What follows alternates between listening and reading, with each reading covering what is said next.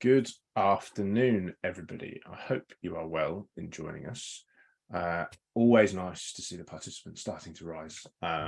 Makes us know that the tech is working and that everybody's kind of getting the chance to log on. So I'll give everyone just a minute to kind of get set up while we just kind of get the webinar up and running. I'll get my slides to actually work. So welcome to Prepare Your Practice to Flourish. I will be hosting today, me, Tony Stevenson.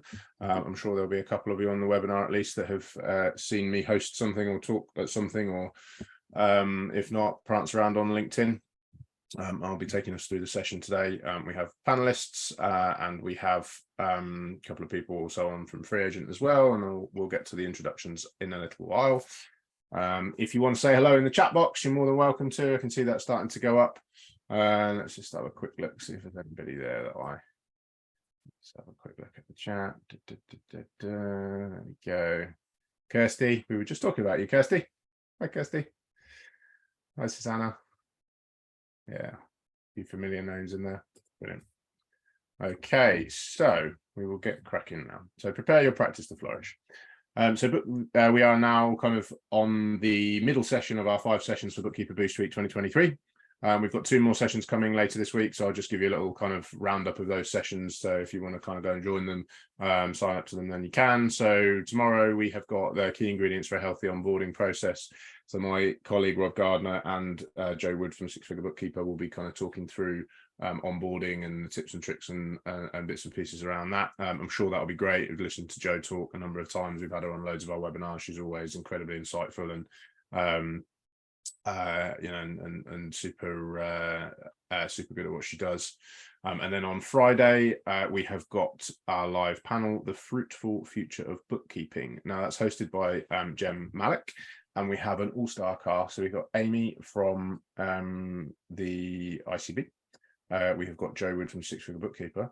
And then when I was delivering this earlier in the week, and I said, I can't remember who the third person is, and I now feel incredibly remiss because I've remembered that it's none other than our panelist today, Penny Allard. So if you caught that one, Penny, I'm incredibly sorry for forgetting it was you that was the third person on the panel. But that will be a great one. An all-ladies panel taking us through the future of bookkeeping. So I'm looking forward to tuning into that. To celebrate Bookkeeper Boost Week, we're also running a kind of giveaway. So if you want to head over to our LinkedIn page, I'm sure that Stuart at some point will be able to dig out the link to the LinkedIn post as well, be on the Practice Social channel. We'll share that, and you can go on there, share your top takeaways, and you'll be in with a chance of winning one of our SPA vouchers. So we're giving away 5 £100 SPA vouchers, which I thought was really nice, actually. Unfortunately, I'm not eligible to win any of those, which would have helped me out quite a lot with a couple of recent presents that I bought for my wife as it was her birthday at the weekend. If you want to join any of the other sessions, then scan that QR code. So just to put your phone on to camera mode, hold it up, and then it will surface the link, and you can click the little yellow button, and it will take you through, and you can sign up to what you want to sign up to. And then if you don't want to use that technology, you can just go to freeagent.com/boost, and you'll be able to sign up to those sessions for the rest of the week. Now I've got that covered. Agenda for today's session. So we'll do, actually got those the wrong way around. So we'll do a bit of housekeeping first, then we'll be doing our introductions. I'll give us a quick few minutes on just kind of why we're interested in this topic and, why we're discussing it. We'll then get into the meat of the session, and myself and the panelists will go through the various questions that we've got to kind of pose them, and hopefully there'll be plenty of kind of insights and tips and tricks and other bits and pieces for our listeners to get stuck into. We'll have a little chance for a Q&A hopefully at the end. I do have a habit of running over in the Q&A often, is the thing that suffers, so my apologies if that is the case. As it does happen quite often with unerring accuracy. And then what we will do after the main webinar is we will have a live demo. I'll take us through sort of 5 or 10 minutes for just a kind of look and feel of FreeAgent. That gives us anybody that hasn't seen FreeAgent an opportunity to just kind of get a bit of an understanding of what we're about, and you can hang around and see that if you would like to. So just a little bit of housekeeping before we kick off. So inevitably we get this question: will today's session be recorded? Today's session will be recorded. You will get the link sent out to you in the follow-up. If somehow you're watching this on the follow-up, then you've already got the link, so I wouldn't worry about that. It will be hosted on the website. But quite a meta way of looking at things. So we've got the Q&A and then we've got the chat. What's the difference between the Q&A and the chat? So the chat is for general chat, stuff that you don't necessarily need a specific response to. You want to say how great it is, you know, how, if you've got questions or whatever it might be. You say hello to people that you know, and, you know, if you agree and that kind of stuff, use the chat function. You've got something that you would like a specific answer to, like, quite often one of the questions is, will today's session be recorded? Usually there's one about the NatWest licenses, that type of stuff. Use the Q&A, because the Q&A allows us to keep the questions kind of there, whereas if you just put them in the chat, they just kind of get lost in the chat. So that's the kind of distinction. I've seen somebody already put a question in the Q&A, which was probably, is this going to be recorded? I would bet. So the third point there, the polite and respectful policy. So we have a polite and respectful policy on our webinars. We very rarely have to enforce it, but on odd occasions we have had people who got a little bit grumpy, a little bit angry at some of the content, and perhaps voiced that in an unrespectful way, which you know, kind of impacts on other people's enjoyment. I would liken it to you know, if you go to the cinema and you've got somebody shouting and swearing in the seat next to you, it kind of impacts your enjoyment on the you know, the content in question. So if we can keep things polite and respectful, by all means disagree, but we can disagree agreeably, right? We don't need to fall out just because we think things differently. And if you can't obey the polite and respectful policy, Georgia will kick you out. Trials and polls. So there will be 3 at least opportunities for you to say, yes, I would like to speak to somebody about FreeAgent. We run these at the beginning and then kind of 2 of them nearer the end. So oftentimes we have people that sort of jump on for the first few minutes and then the client calls or whatever it might be, and they have to drop off with going pick the kids up from school or take the cat to the vets or whatever it might be. So you'll have at least 3 opportunities to say, yes, I'd like somebody from FreeAgent to give me a shout, and we can talk about becoming a partner, and you know, we can deal with all that stuff later. It's very low impact. There's no obligations. And then, as I said, I've covered this already, but we'll have a FreeAgent demo for 5 to 10 minutes after the main webinar at about 3 o'clock. So if you want to stick around for that, you're more than welcome to. If you don't, no problem. CPD points. So we are CPD accredited as a provider. So all of our webinars carry CPD points now. So 1 hour, 1 point. We also have are going through the process of, we're going through the process of CPD accrediting all of our kind of like accreditation, and you know, all of our road shows and all of our content kind of carry CPD stuff now, which is great. The accreditation stuff is there's a few bits and pieces that I think are still in process, but the main stuff is also CPD accredited as well. So if you are in need of any CPD points, you can go and relive the stuff on the website, or, you know, watch our live webinars as well. Cool. So just a little bit about kind of us as a provider. So we will have people on this webinar who are well versed in FreeAgent. We'll have people on this webinar who've never interacted with FreeAgent before, or have a little bit, but, you know, never sort of committed to building a partnership with us. So what are we? We're cloud bookkeeping software, essentially. Our sort of point of difference in the market is that we're very much focused on the micro entity. So we kind of give guidance roughly around 0 to 10 employees. That's the FreeAgent sweet spot in terms of your businesses. That's not to say you can't use it for slightly bigger businesses as well, but oftentimes when they get to 10, that's where it starts to get a bit more complicated, and perhaps they require a bit extra reporting or some, you know, levels of approval or other bits and pieces that FreeAgent doesn't have in the product. Why do we take that approach? Because we want to be really, really good for the people that we service, and also, depending on what source you read, 95 to 99% of businesses in the UK fall within the micro bracket anyway. So we're kind of quite happy going after that chunk of the market. Represents somewhere upwards of 5 million businesses in the UK. You know, everything that we do is built through the lens of simplicity. We have a brilliant support team, and they really do kind of help out our partners at a really deep level. Great mobile app. We're a modest bunch at FreeAgent, but we would quietly consider it to be comfortably the best in class. And also, I guess the big one is that we're owned by NatWest. So we were bought by NatWest almost 5 years ago to the day, just past the anniversary.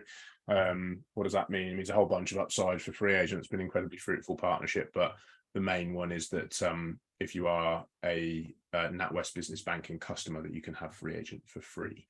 free forever, and we often see that paired with either a NatWest Business Bank account or a Metal bank account. So if you haven't come across Metal yet, go and get stuck into it. It's our sort of challenger bank, digital bank, completely free for businesses. Takes about 20 minutes to set up. I've been through the process myself. It's very simple for the vast majority of businesses, and they are approaching kind of bank status and a whole bunch of other cool stuff that is going on this year. And obviously we're MTD compatible, HMRC recognised. You can file your payroll, your VAT, your self-assessment, corporation tax, all that kind of stuff through FreeAgent as well. So time for our first poll. So as I said, we run this one at the beginning. I know we haven't really got stuck into the meat of it yet, but oftentimes there are people that want to drop off after the first sort of 10-15 minutes. So if you are a bookkeeper in practice and would like to find out more about becoming a FreeAgent partner, then just kind of say yes or no, or no, do you know what, I'm already a FreeAgent partner, and I'm very happy with that. So I'll give everyone sort of about a minute, because it takes people a little while to work out their answer sometimes, and then we will proceed.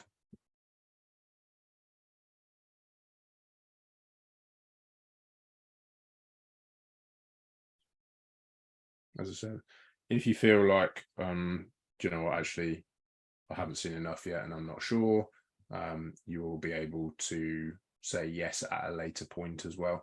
So if you're still kind of on the fence, then you're more than welcome to hang on till a bit later. If you would like somebody to get in touch and you're not going to be around later, then there's no obligation. It's just the easiest way for us to capture who wants to talk to us off the back of this. Cool. Numbers seem to be stabilizing, still going up a little bit, so I'll give everyone just 10 more seconds if you've made a decision now. Cool. I'll end that poll there. There we go. Right. So our introductions. So I'll go first. So Tony Stevenson, I'm the Senior Digital Enablement Manager here at FreeAgent. My sort of potted history of my career, I guess, I spent the first 9 or 10 years of my career sort of bouncing around practice and industry. I never quite found my spiritual home, but I did pick up a lot of knowledge and insight along the way, hopefully. So I trained with the Big Four, did a couple of years in industry, and then worked for a sort of small, medium-sized practice, doing corporation tax and some kind of niche area of hospitality and trunk schemes. I had, as I said, I'd never quite found my spiritual home, so I jumped out of practicing kind of day to day and went to work for Xero. So I worked for Xero for a couple of years in a practice consulting team, or enablement as it was back then, one of the originals, or original version 2. And then I took a year out and a couple of other shorter stints at other software houses, but I've been at FreeAgent now for 5 years. I think my anniversary is this week, for my 5-year anniversary, which is the longest job I've ever had. Done various different jobs at FreeAgent. I started as a business development manager, then I went back into implementation, which I've done at Xero, and now I've kind of migrated into this sort of kind of hybrid role for myself, Senior Digital Enablement Manager. So I do a lot of presenting, talking, thought leadership type stuff, and then I work quite closely with bringing kind of practice integrations into life in FreeAgent as well, with various other bits and pieces supporting the business with practice insight. So that's kind of me, and I'll be taking us through the session today.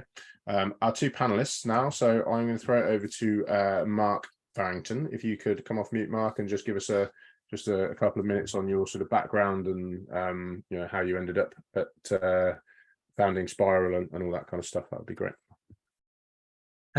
Yeah, I've only recently started Spiral. Your sound doesn't seem to be coming through, Mark, although you are off mute. Right. I can hear you.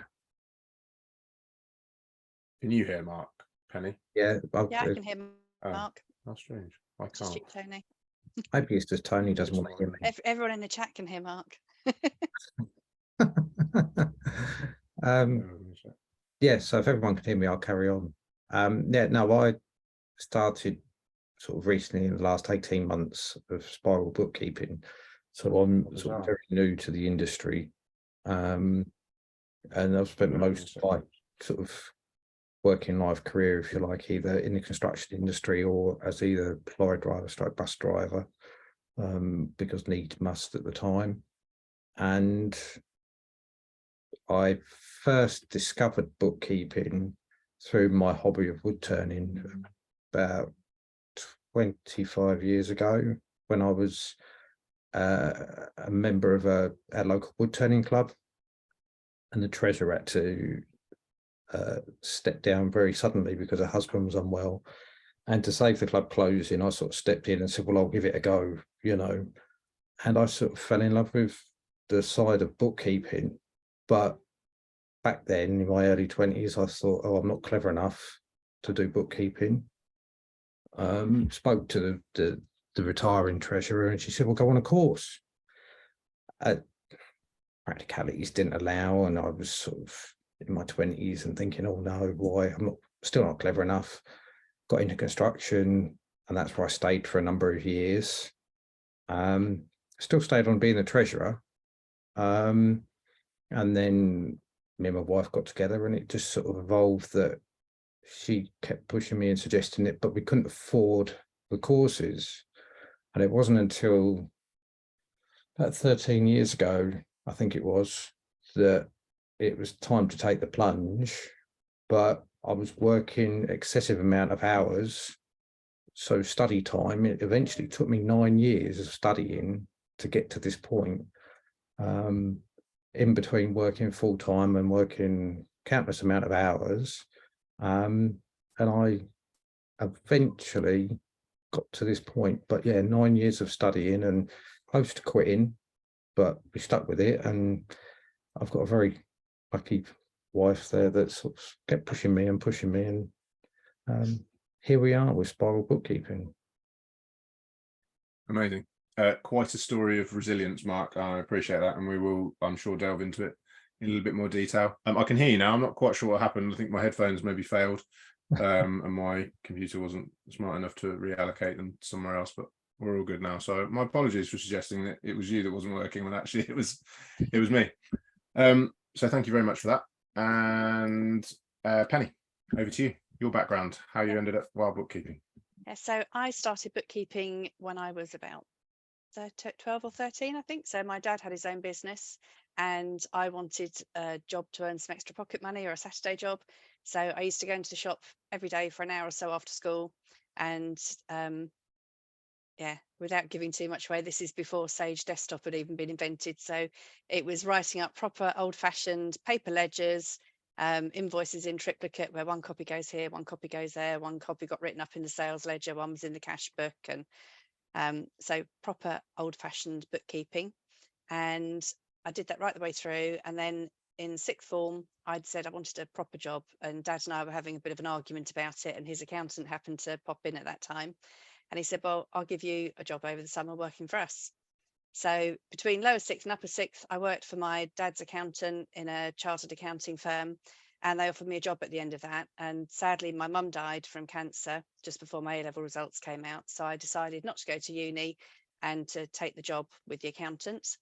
I did that for a year or two, doing my ACCA exams, decided I didn't really enjoy working in practice and in audit. And I was offered a job working in industry as a management accountant. So I slid from practice into industry and loved it. Really enjoyed doing that, getting stuck in, progressed up. And I was working for a large company that then relocated. So I took redundancy and then moved to a smaller local firm. And I was in charge of the accounts department there with a team of about 6 reporting to me. I then thought, having worked there for a few years, I fancied having a go at London. So I went to Texaco and was the assistant management accountant for Texaco UK. And then my children came along, and commuting up to London, working long hours and having children wasn't really compatible. So I ditched out of that and went into teaching. Very reluctantly, my husband saw an advert in the paper and said, hey, they're looking for qualified accountants to teach AAT. And I'm like, I couldn't teach it. That would be ridiculous, but needs must. And we needed the money, and I didn't want to go back to London. So I started teaching evening classes. So I taught AAT level 2, 3 and 4. I taught the first year of ACCA and a bit of SEMA as well. And did that for a number of years until my youngest child came along. And it was working out. I suppose he was probably 3 or 4. He'd just about started preschool, and he's 19 now. And a friend of mine said, oh, I don't suppose any of your students would come and do a bit of work for us. We've got a backlog needs clearing up. And I said, well, blow that, I'll come and do it, because my daughter needed some extra ballet classes, and I'm thinking, am I going to pay for the ballet classes? So went and did some bookkeeping with Karen, word spread, and before I knew where it was, I had enough bookkeeping clients that I could give up the teaching, which was perfect, because it was then starting to get complicated with dropping off at guides and scouts and everything else while the baby was in bed. I've got a 7-year age gap between the oldest and the youngest. So started building my bookkeeping practice, but it was very, very much a part-time event that just fitted around dropping the youngest at preschool, working for a few hours, coming back, and in the school holidays I'd just work in the evening. So I think lots of people fall into bookkeeping really as something to fit around the children. So although I'd been working in the industry for a very long time, actually, yes, I started in bookkeeping to fit around the children, and that carried on as very much a part-time venture off the kitchen table until I got divorced. So my husband left in 2014, and everyone was saying, well, are you going to get a proper job? And it's like, well, I've got a proper job, I just need more clients. So I decided to start advertising, built a website, built my business up fairly organically, really, and steadily. And I knew I wanted to grow it and take on staff, but that was a really scary prospect. No idea how to go about doing it or how to start. And then COVID hit. One of the reasons I kept turning clients away was I didn't know how to price them. So I thought, well, I'll give Go Proposal a try. Played around with Go Proposal and was amazed at the difference that made. Discovered I actually really enjoyed selling. Kept saying yes then to clients, which was fine in COVID because there's nowhere to go and you just sat at home all day. So that was great. And then lockdown finished and needed to go out. So thought, right, okay, I have to bite the bullet and take on staff. And I realised that my business had outgrown Penelope Allard bookkeeping services. So we spent most of lockdown trying to think of a new name for my business. Really, really struggled. And then I came across Philippa Haynes, and I rebranded nearly 2 years ago now. So it's our 2-year anniversary coming up in July. And while bookkeeping was born. And since then, yeah, business just taken off in leaps and bounds, and we're now a team of 5. Excellent. And we will delve into a number of those topics as we move through the questions. Yes. So thank you very much, both. I am going to take the reins over for a couple more slides, and then we'll get stuck into the questions. But that's brilliant insight. Thank you very much. All right, there we go. Maybe I was using the right buttons. Sorry, folks. All right. Why is preparing for growth important? Why are we actually talking about this? I think it's something that, and I guess what is important to define is what is growth. So growth for you might be taking on staff. Growth for you might be taking on new clients and working out how to be more efficient with the staff that you've already got. Growth might be working out, how do I, maybe do some outsourcing, or how do I, bring in other revenue streams of, like technology, training or migrations or that kind of stuff. Growth might be, how do I actually make my business smaller, but make the clients that I've got more profitable, or, work with them closer, so that I can spend more time at the beach and, have a better margin on what I do. Right. So, there's always a way for you to grow, whether that's growing by becoming bigger, or whether that's growing by becoming better, or more efficient, or even, growing by becoming smaller, right? If that's what you want to do, there's various different ways, because not everybody wants to, become a CEO of a multi-site firm, right? One thing, so we can choose to go backwards towards safety or forwards towards growth. Growth must be chosen again and again. Fear must be overcome again and again, said Maslow. And that's kind of what we're going to get into today. So I'm sure that of the 100 people that are on the session today, that you've all got varying different versions of the same kind of story of, like, I'm here and I want to get to here, and there's some of the things that are potentially standing in my way that I feel can can be helped by leaning on our peers, and that's the best place to go and find inspiration and success stories, right? Model those that have been there already. So we've got 4 or 5 questions that we're going to kick around, and the first one that we are going to delve into is, how do you know when you're ready to grow? And I'm going to go to you, Penny, first. Your interpretation and response to that particular question, I'm very interested in. I don't think you never actually feel ready to grow. And certainly for me, it's something that I knew I wanted to do. And even when it was a part-time job around the children, I always felt I might want something more and something bigger when the children got older. You know, I had a really good career before the children came along, and I was very happy to give that up. I wanted to be at home and I wanted to be with the children, but I still had those career ambitions lurking. But the idea of growing the business, working full time, I say my children were older, and plus I needed the work, so I had to do it. So there was a necessity side there. But for me, I knew as a single mum, I need to support myself and the children. And actually, I'd like to have my business needs to be in my pension. So I needed to grow my business to a point where eventually I can either take a passive income from the business or just do the bits I want to do and work part-time, or that I've got a business I can sell. It needs to provide an income for me into retirement in later years. It had to go to something much bigger. And I don't think you ever feel ready for that. So for me, COVID coming along and suddenly being really scared that I might lose all of my clients. As it happened, I didn't lose any of them, which was fantastic. But those early days, when we really didn't know what was going to happen and where we were going to go to, it was the fear of losing all my clients that just gave me the push that I needed to start saying yes, to start finding the software that I needed and the tools that I needed in order to grow. It gave me that determination because I didn't really have any choice. I think your previous slide, when it was saying about the fear of going forwards or the comfort of going backwards, well, there wasn't really any comfort in going backwards. There was fear both ways, so just have to go for it. So you found yourself between a rock and a hard place, whichever way you went. So you thought, well, do you know what, I might as well choose the hard that gives me the outcome that I want than choose the hard that doesn't, right? Yeah, I mean, there's a James Asher thing there, choose your hard, and whichever option you do, it's hard. And I think for some people, I think it's really important to think about where you want to be. So for some people, they don't necessarily want to build a team and have something that stands on their own without them, and that's fine. It's flipping hard work trying to build a team, and you've got to really, really want it, and you've got to really want that end goal, and it isn't for everybody. So I think it's important to understand where you want to go to. And as you say, there are different ways of growing, but if you want to grow a team, there's a lot to that. You've got to wear a lot of hats, learn a lot of new skills. But I think I don't think you'll ever feel completely ready. Whatever you do, you've got to take that step into the unknown to a certain extent. I think there's an argument that if you feel ready, then it's not really growth, right? Yeah, it's just doing kind of more of what you've already done. We're not it's that kind of old diagram of, I don't know if you've seen it, like the 4 circles, and it's kind of like comfort zone, growth, and then like the last one is like disaster, because you've tried to grow too fast, and it's it's all been very overwhelming. But actually, like life begins outside your comfort zone.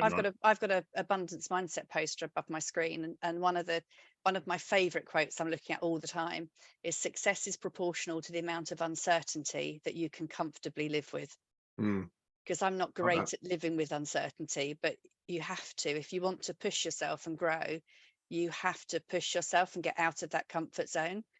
And knowing that the more you get out, the amount of success that you're going to see is directly proportional to the amount of uncertainty that you can bear and cope with living with.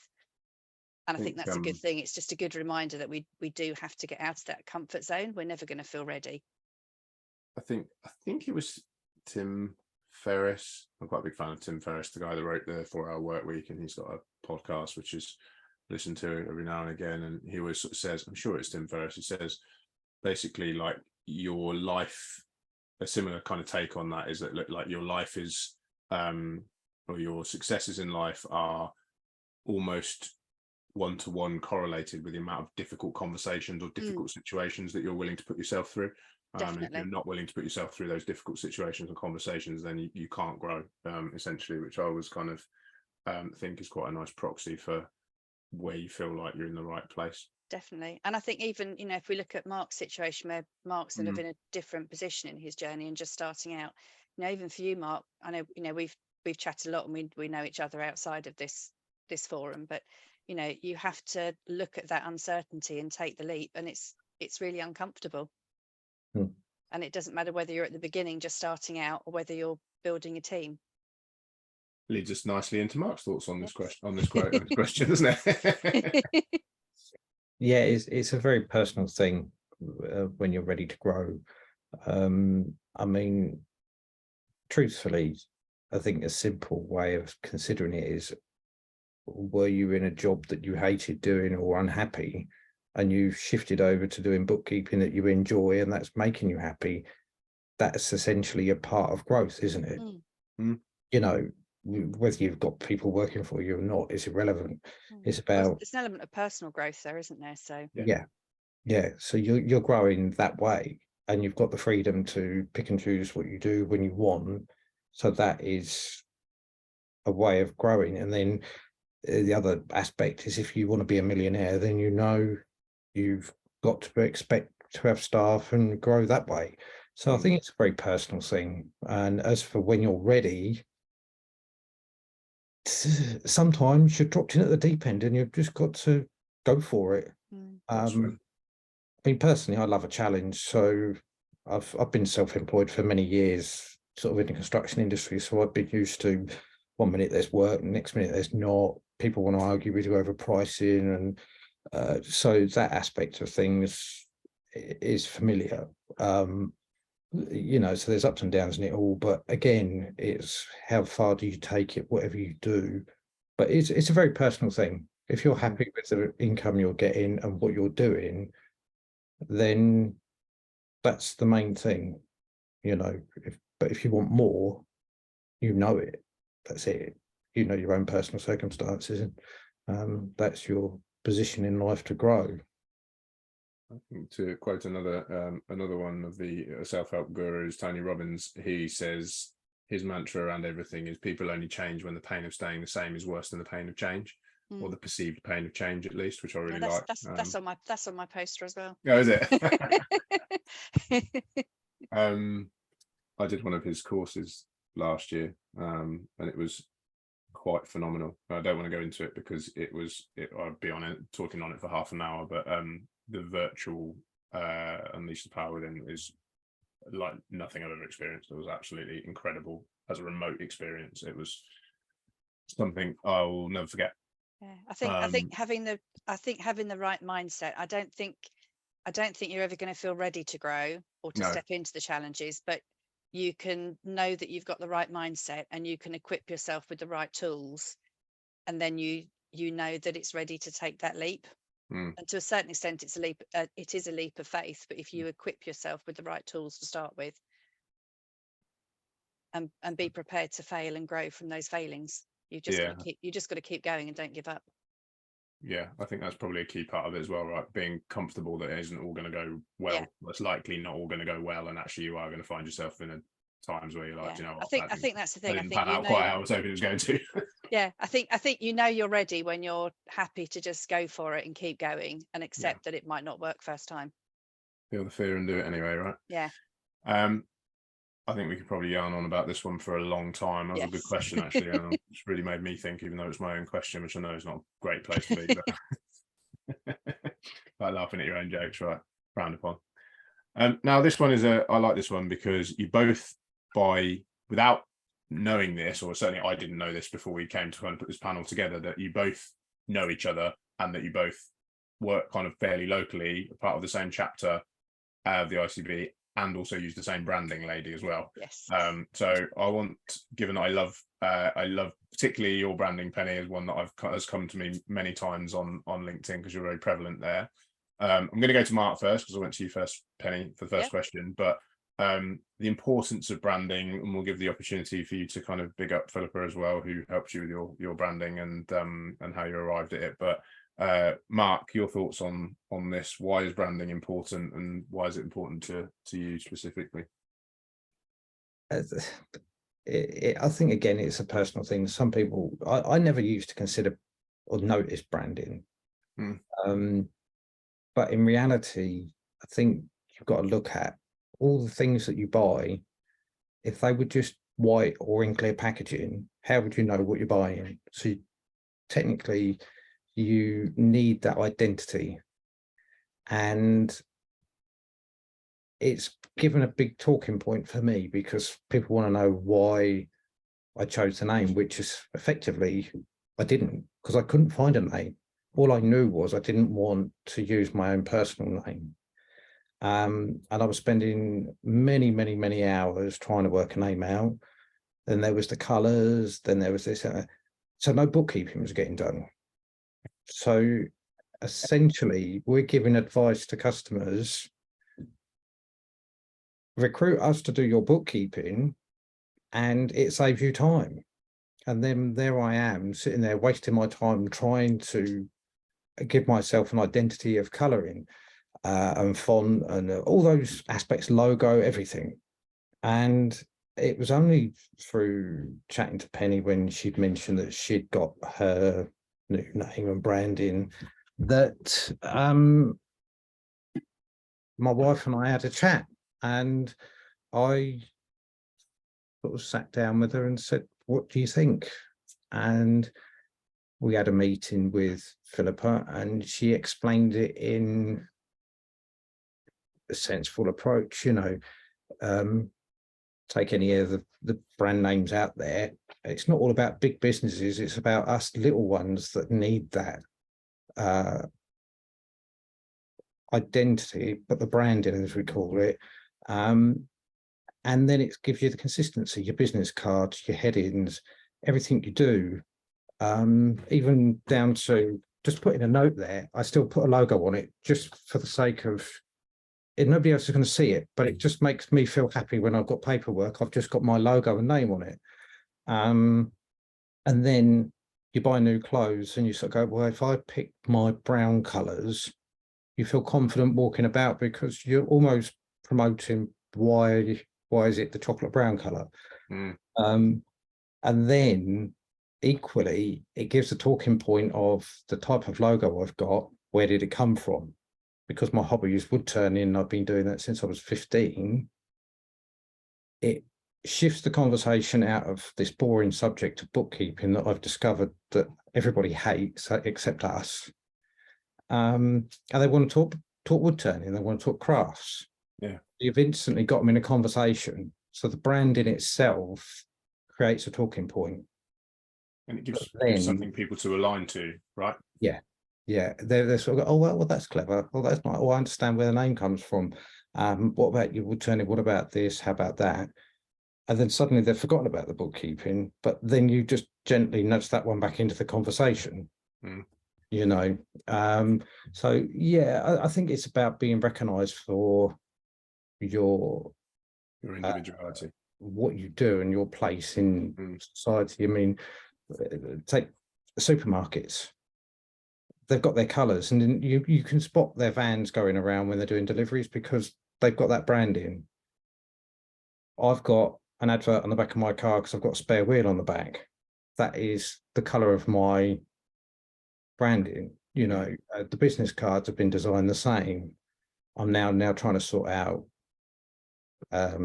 t-shirts and things like that, which is proving a little bit complicated, but that's beside the point.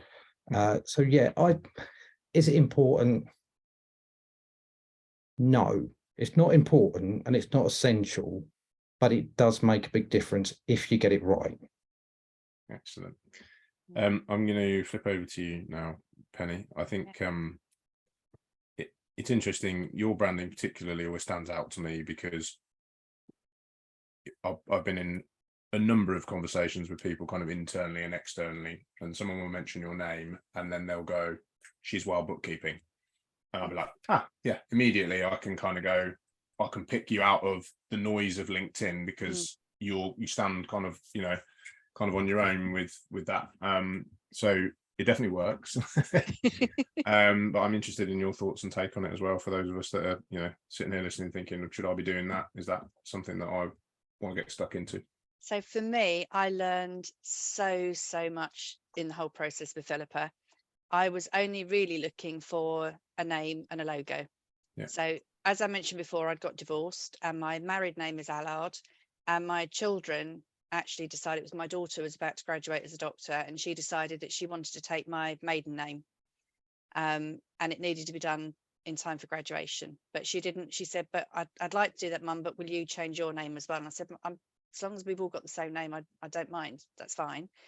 but I said, I can't change my name immediately because my name is my business. And I've spent years building up my reputation. Everybody knows me for that name. So I said, I can do it, but I need to come up with a new business name. I need to change all my licenses, my insurances, everything with HMRC, and then make sure that people don't associate me with my name anymore, that they know who I am apart from and separate from my name. So as I say, we spent lockdown trying to come up with something, couldn't. And then a bit like Mark was saying, you're always saying to people, stop wasting your time trying to do bookkeeping when you're not a bookkeeper. Outsource it, find an expert. So I thought, right, I'm just going to have to bite the bullet. Take my own advice. Yeah, take my own advice, spend some money, and invest some money. So I approached Philippa, had a chat with Philippa. We got on really well. And I thought, okay, this seems a lot of money, but I'm going to do it. I think this is what I have to do. And I was a bit impatient because all I really wanted was a logo and some colours. And I had a few ideas. It just needed a bit of tweaking and tidying up. And I had all this homework to do for Philippa and these long Zoom calls, which were a bit like going to a therapy session. Philippa's favourite word is why. So Philippa's so anything you say is why. And actually, Philippa dug right down at the core and the essence of who I am. And actually, I would disagree when Mark says branding isn't important. I would say the branding is essential, and it has transformed my business because it's changed me, the essence of my business, the message, and it's given me so much more confidence as well. So Philippa went down and discovered in the depth of our very long conversations, it centered in the end on a photograph, which you can see on my website. And so I love open water swimming. I'm really passionate about it. And for me, it's so much about the mindset. It's going in that cold water. It's like we said before, face the fear and do it anyway. I've been open water swimming all year round since 2011. And still in the middle of winter, I think, what on earth am I doing? Why am I doing this? And every fibre in my body is screaming at me, you're going to die, don't do it. But you feel amazing afterwards, and I love it. And that gives me the confidence to face those challenges. And if you can do that, if I can get in the sea in the middle of winter when it's snowing, I can do anything. And I draw on that strength. And we were on holiday, the first holiday we had without my ex-husband. And I was on the beach in Wales. It was a really, really rough, stormy day, end of October, freezing cold. And of course, I've gone for a swim. Everyone else is in big, thick coats and hats and the rest of it. And I've stripped down to my swimming costume and I'm standing in the water. I hadn't put a swimming hat and goggles on because it was too rough. I was just going to go for a play in the waves. And my daughter took a photograph of me from behind. And I'm just standing there bracing myself, about to be engulfed and swamped by a wave. And I loved that photo, and I still do. And at the time, I was in a really, really low point. I didn't know what was going to happen. I was working about 10 hours a week, not charging enough money, charging hourly. Didn't know if I could keep the house, had no idea how I was going to support 3 children on my own. And that photo was just channeling that whole mindset of open water swimming. If you can do this, if you can get in the sea and face those waves, you can do anything. And Philippa latched onto that. And from that, we came up with Philippa came up with Wild Bookkeeping.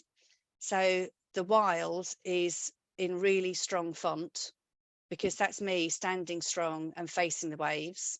And the waves are washing over me, but I'm still standing firm and standing strong because that's what you have to do in business. You're facing those challenges. It's all that face the fear and do it anyway.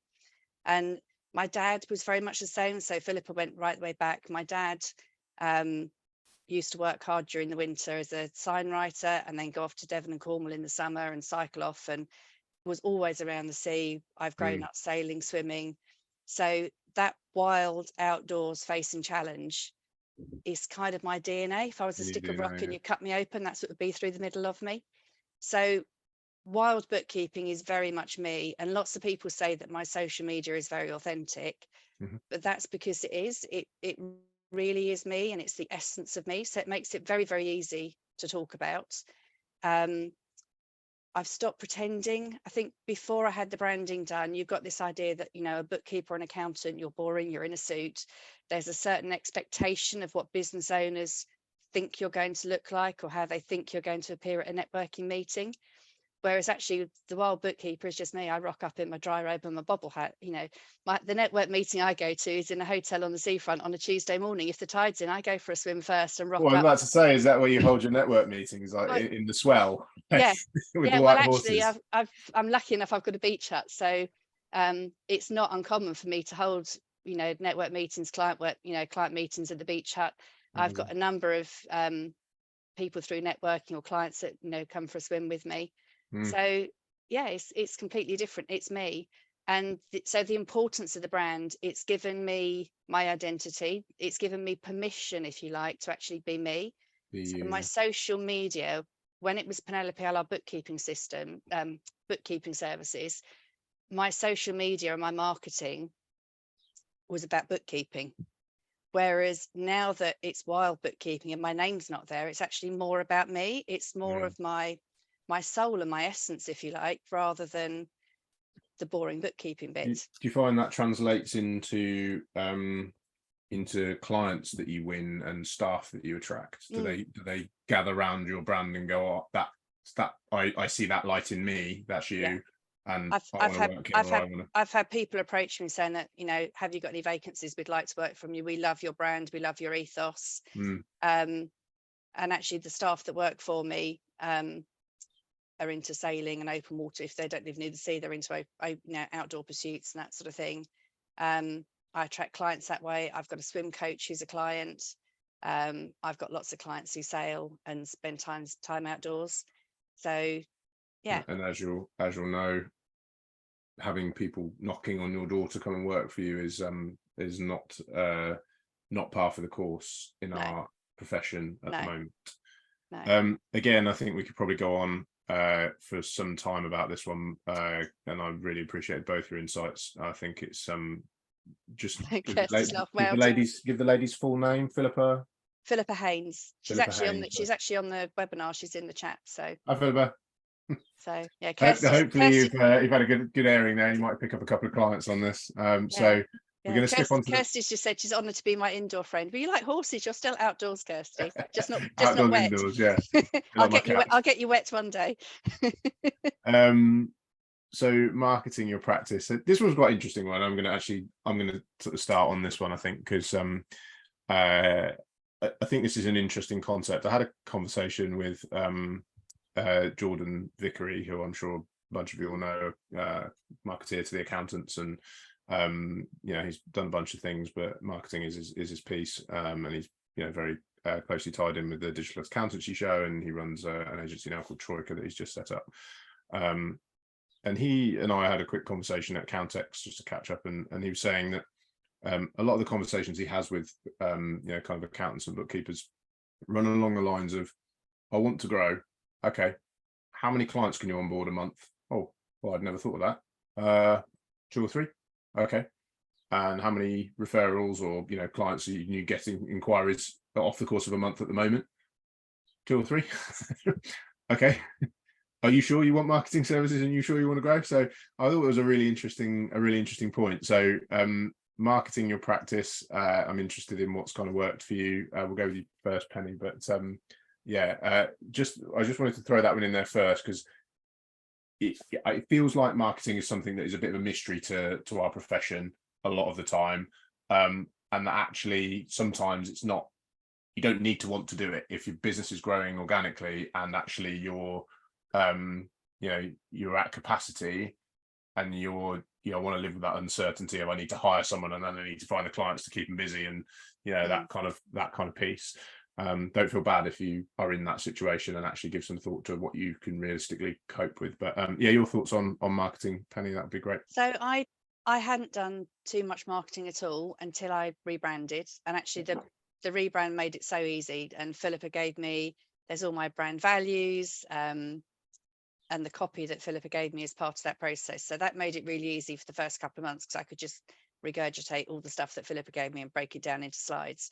Yeah. So that made it easy to get started, plus the fantastic logo and colours and everything else that Philippa gave me. So that made it really easy from an assets point of view. But one of the reasons I started posting regularly I do LinkedIn, Facebook and Instagram, But LinkedIn's my favorite platform. It's where I spend most of my time. I actually lost one of my largest clients, it was kind of a mutual parting of the ways. Their business had changed a lot over COVID, through COVID and lockdown, and the systems they were having changing, and we weren't really a good fit for each other anymore.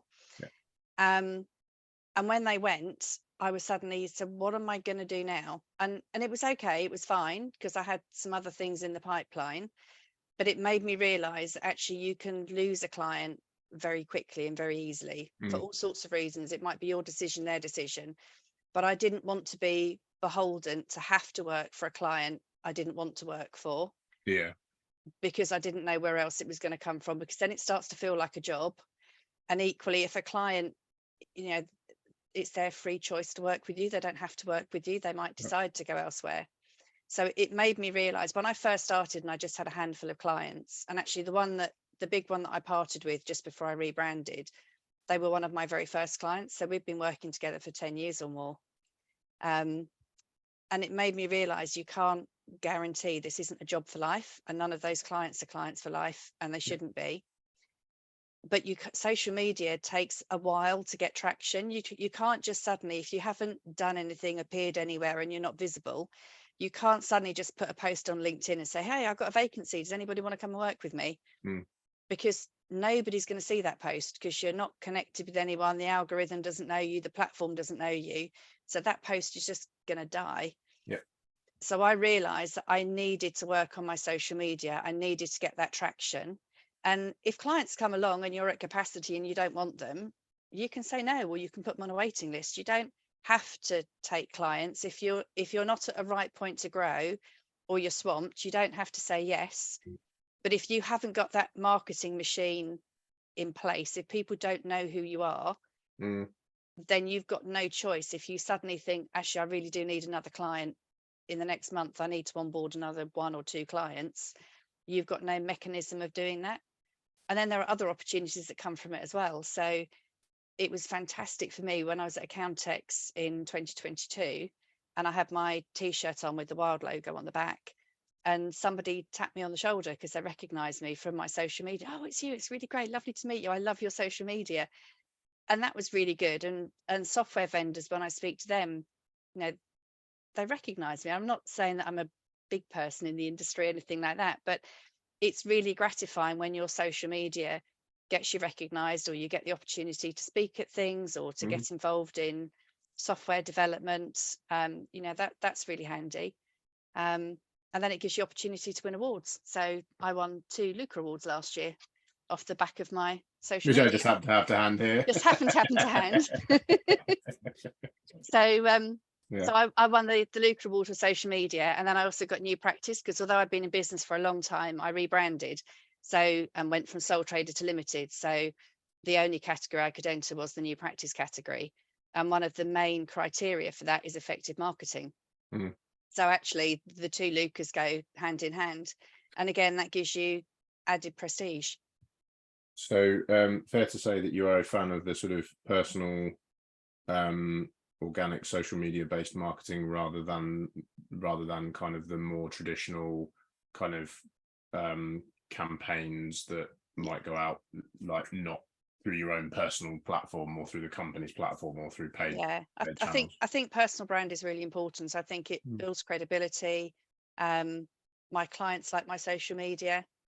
Becomes a bit of a joke, because I do my weekly bookkeeping tips from the beach. It's whoever's asked the most stupid question that week will feature on the following week's video. So nobody, can identify which client is the feature of that week's video, but the clients know. But actually it encourages them to ask those questions, because sorry Penny email. Sorry, that was me, wasn't it? Do you mind me asking you? And I said, no, great, ask away, I don't know what I'm going to talk about this week. In fact, one of my clients I often swim with, and I just, and some going to, I don't know, what am I going to talk about this week? Oh, could you do one on such and such? So actually it's bonding. It's a way of, social media is a way of connecting with your clients. It's a way of giving information to your existing clients. And I love all my clients and I get on really well with them. And when I was trying to identify an ideal client with Philippa, and I said, I don't know, who is my ideal client? Who is my niche? I don't know. And she said, well, who is the person that you enjoy working with the most? And that is your ideal client, and that is your niche. So when I'm designing my social media or the questions that I put out, my bookkeeping tips, I'm actually aiming them at my clients, not at prospects, at my clients. Because if I can talk to my clients, then hopefully I'm talking to people who would like to be my clients as well. Interesting. We'll come back to that identification of your ideal clients. Mark, your thoughts on marketing your practice? What's worked for you in terms of client acquisition? Recommendations from me. I'm not a lover of social media, to be fair. If I could get away with it, I wouldn't have social media at all. I spend very little time on there. So essentially, through chatting to one or two people, if I don't enjoy it, then I'm going to attract the wrong clients. So for me, I've decided to not make myself heavily focused on social media, because then I'm doing something I don't want to do. But you then have to think outside the box. And so now we've got dogs, walk them, and that's a talking point. I've been out and done the networking events and things like that. And I've also taken the opportunity to have like branded photographs done. So all those people you speak to tell the people they know. So you're building up a network of people that know you or know me locally. And I've had one or two inquiries come in and different bits and pieces, and they want to have a chat, and one or two have gone, no, I don't want to pay that kind of price. So that's their personal choice. But yeah, I think for me, social media is not my forte. I'm not interested in it. So yeah, I've seen what Penny puts on there, but I've got to be honest, I don't watch it because it's not that it's not good or anything. I'm just not interested in social media.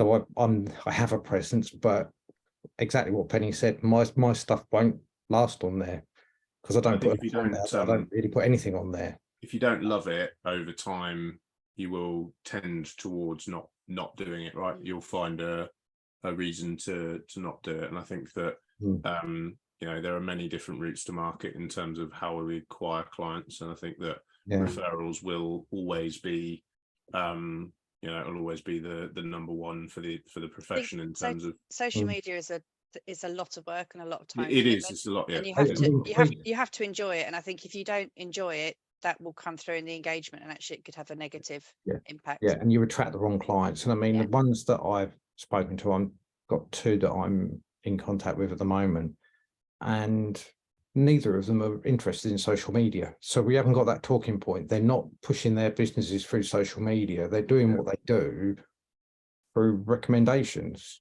Interesting. Same with the dogs, Mark, and walking the dogs. I mean, walking the dogs is always a great way to meet people. But absolutely, funnily enough, currently, if I look at my LinkedIn stats for my top 3 posts over the last 365 days, the one that's currently ranking 3rd is me sitting outside the beach hut wearing a FreeAgent t-shirt that says "My pet is my co-worker," and I'm cuddling the dog. So yeah, dogs and social media go really well. And you see, like I said earlier, I've got the advert on the back of the car, so I always conveniently park so everyone can see it. And if I see that there's it's perhaps a little bit of an odd thing to do, but if I see there's a little bit of a traffic build up coming up, I'll slow down a bit sooner so the person behind has got to read the back of the sign on the car. It's soppy little things like that I personally believe that if you feel positive that people are noticing that about you, then you've got that in your mind that it's working. If you sort of go, oh, that's not working, you're being negative, then you'll get a negative response. Where if you're positive about social media and you enjoy it, you'll attract that customer because they also enjoy social media. So marketing is a very personal thing that you're comfortable with, and where you want to go. Like if you're good at emails, you'll do it all for email. If you want to talk to somebody on the phone, do it through the phone. And don't be afraid to go in your local shops and things like that. I've popped into one or two and had a chat into the estate agents, because obviously the changes that are coming about, that's been an interesting chat to speak to the estate agents. They don't actually know anything about what we're talking about, but No. you know, I've made that contact with them. So yeah, it's harder work, but actually, is it harder work because you're just thinking about it differently than the social media approach? So yeah, I think whatever you do, it's all hard work trying to get your name out there. No, I don't think it is. It is hard work. There's no thinking about it. Marketing is hard work. And that's why you need to choose the medium that you enjoy. And actually, there's lots of ways that you can set up things that remain there, that people can happen across. Jordan, the same guy, he put up a post a little while ago, and he'd sort of outlined like 8 of the things that you can kind of do that are pretty low barriers to entry, in terms of like, you don't need to spend loads of money on them in order to kind of like maximize your presence as a practice. And it was a little while ago, but worth digging out. I thought it was really interesting. It's like around referrals and social media and evergreen blog posts and you know, and other bits and pieces. I'm conscious of the fact that I think blog posts are a really good thing as well, because you say they're evergreen and they're always there, so it's a good way of demonstrating your knowledge. I'm conscious of the fact that we are kind of pretty much at time now, so I'm going to skip the second to last question and go straight to this one, and we'll cover it in rapid fire. We'll rapid fire. Moved again. Sorry, I've got this new mouse, and like I wasn't even touching it then, and it just is super sensitive and just flips me onto the next one. The thing on how to get there, I think, if you're going to grow, just quickly before we jump on that one, the really important thing is getting your processes in place. And I was lucky. I started documenting my processes when I only had a handful of clients, and I think so I had the time to do it, and I think that's really important. So for anybody just starting, make sure that you document your processes and you work out what your processes and your systems are, because that will make your business scalable. Yes, absolutely. The reason I've jumped over that one is because we did a webinar on it yesterday. But very key. Mark, so how do you identify and find your ideal clients? I'm still a fairly new practice, but I'm a new practice, so I'm still working on that one. But there's one thing that I have come to the conclusion of very quickly: eliminate the riffraff. Yeah, the tire kickers gone. And that simply happened because I had somebody phone me up and wanted to know about bookkeeping for their business. Were they local, or this? And they're about 20 minutes, half an hour away. Not that that makes any difference, because it will be done virtually. And he went straight into the question of how much do you charge by the hour? I'm like, well, essentially, it's not really by the hour. He said, no, I want to know what your hourly rate is. I went, oh, go on then, 30 quid an hour. He went, well, I'm not paying that. I'm not paying that kind of money for a bookkeeper. So I thought, well, that ticks that box. He's not an ideal client, because he's going to just get upset over things, and he's going to want to argue with me, and we won't last. So essentially that gave me the incentive to increase my prices, because that eliminates all those idiots that don't want to pay. And I have sort of started to establish a basis of people that like to pick up the phone and have a chat. You know, they're happy to pay the prices, and I've informed them all this year that prices went up. And to be fair of them, they've just gone, well, you look after me, I'll look after you.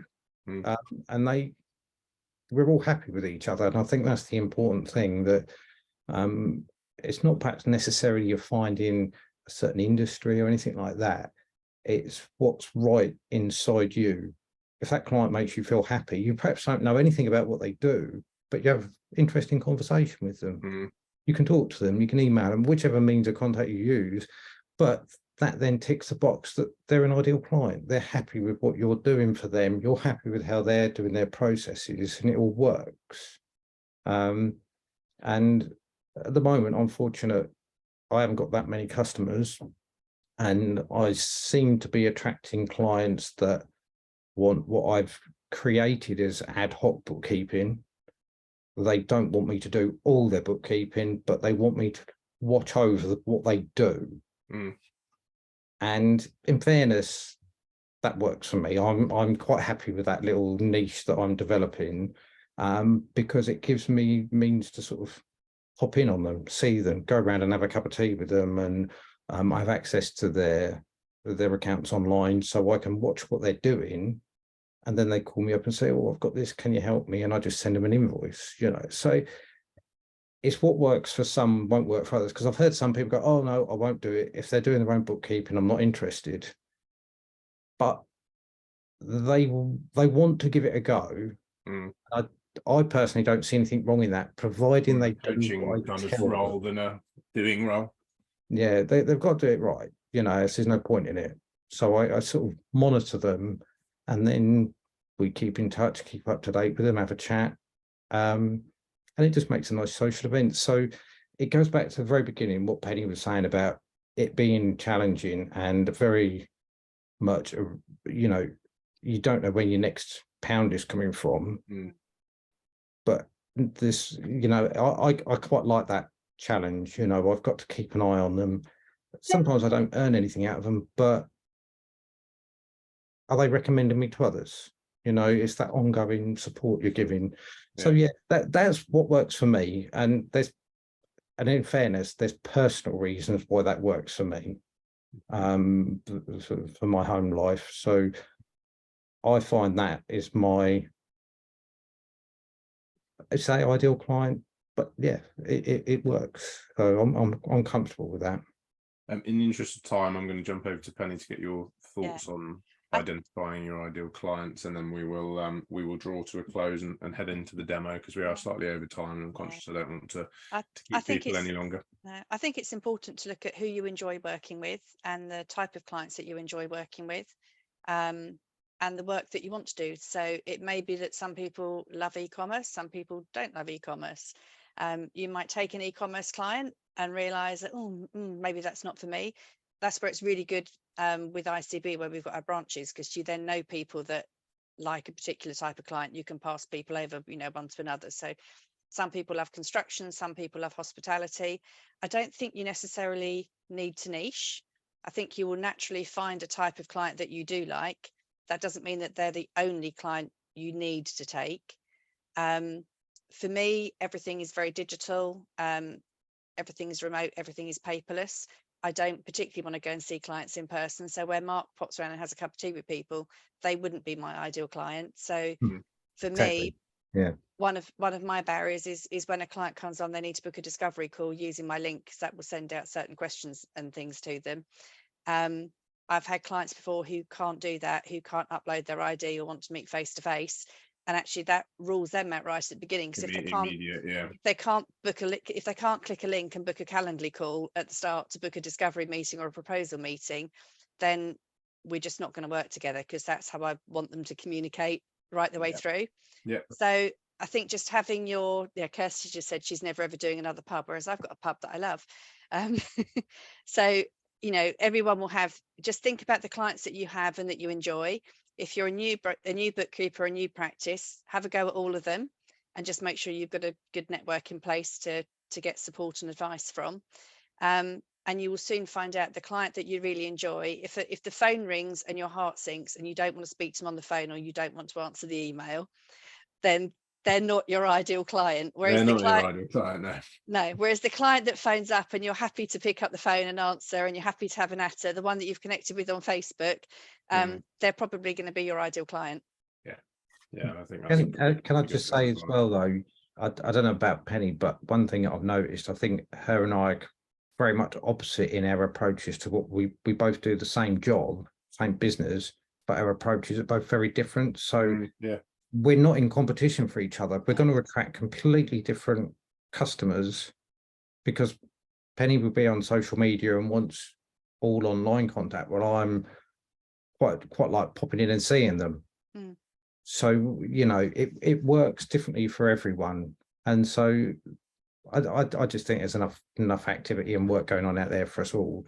But yeah, it's just an observation from this particular panel between Penny and me. We're complete opposites to what we do.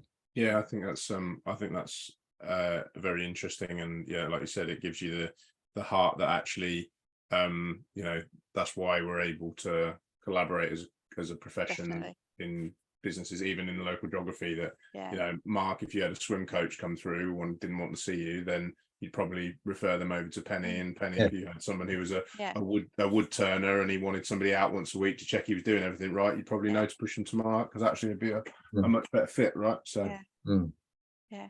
Just very quickly, because I know we're out of time, somebody's posted about what's the average hourly rate they can charge as a new bookkeeper. Yeah, I've just seen that. There isn't one, but we had a really good discussion in the Cambridge branch about this. It's just making sure that don't look at the rates that you see on Indeed, because those are for an employed bookkeeper. Make sure that whatever you're charging covers the time that you need to attend webinars like this, go to Accountex, do your training, do your CPD, do your own books.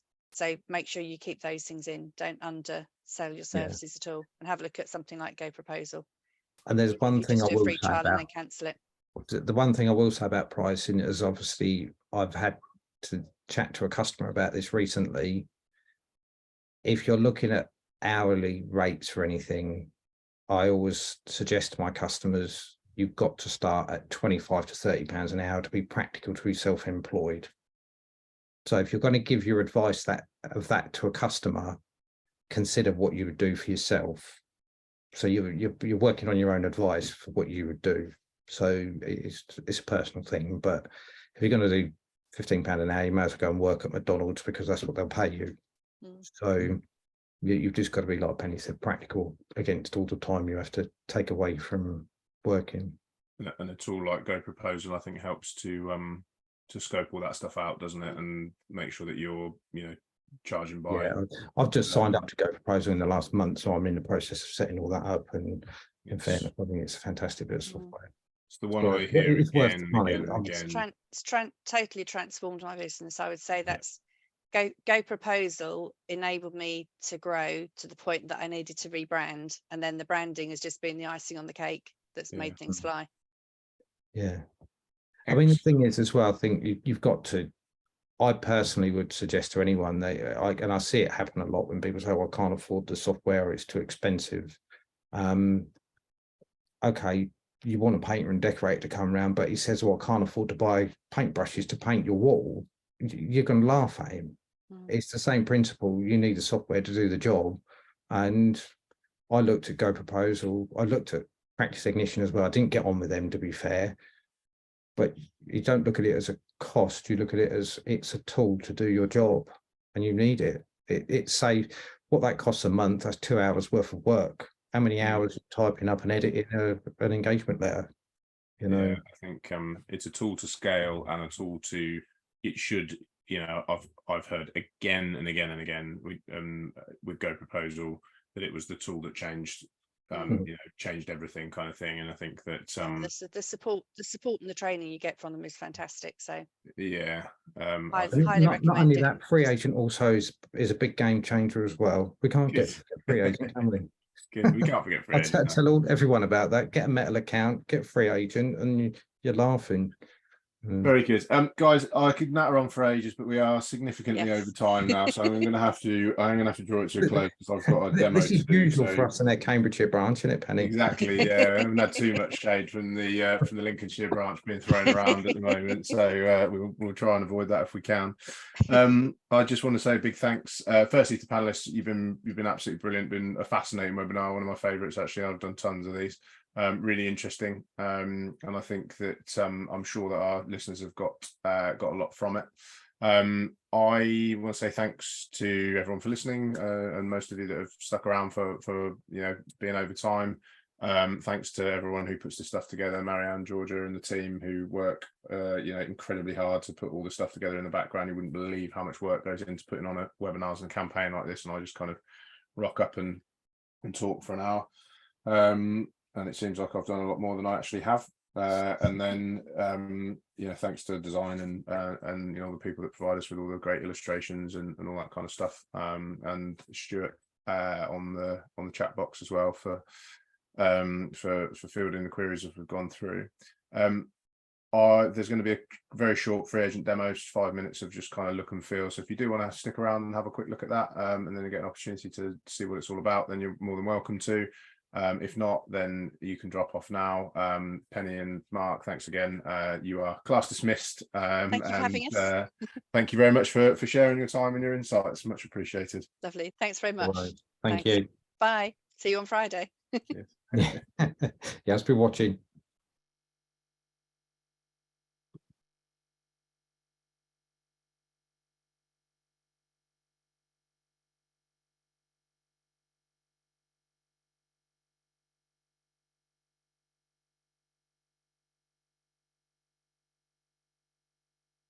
There we go, folks.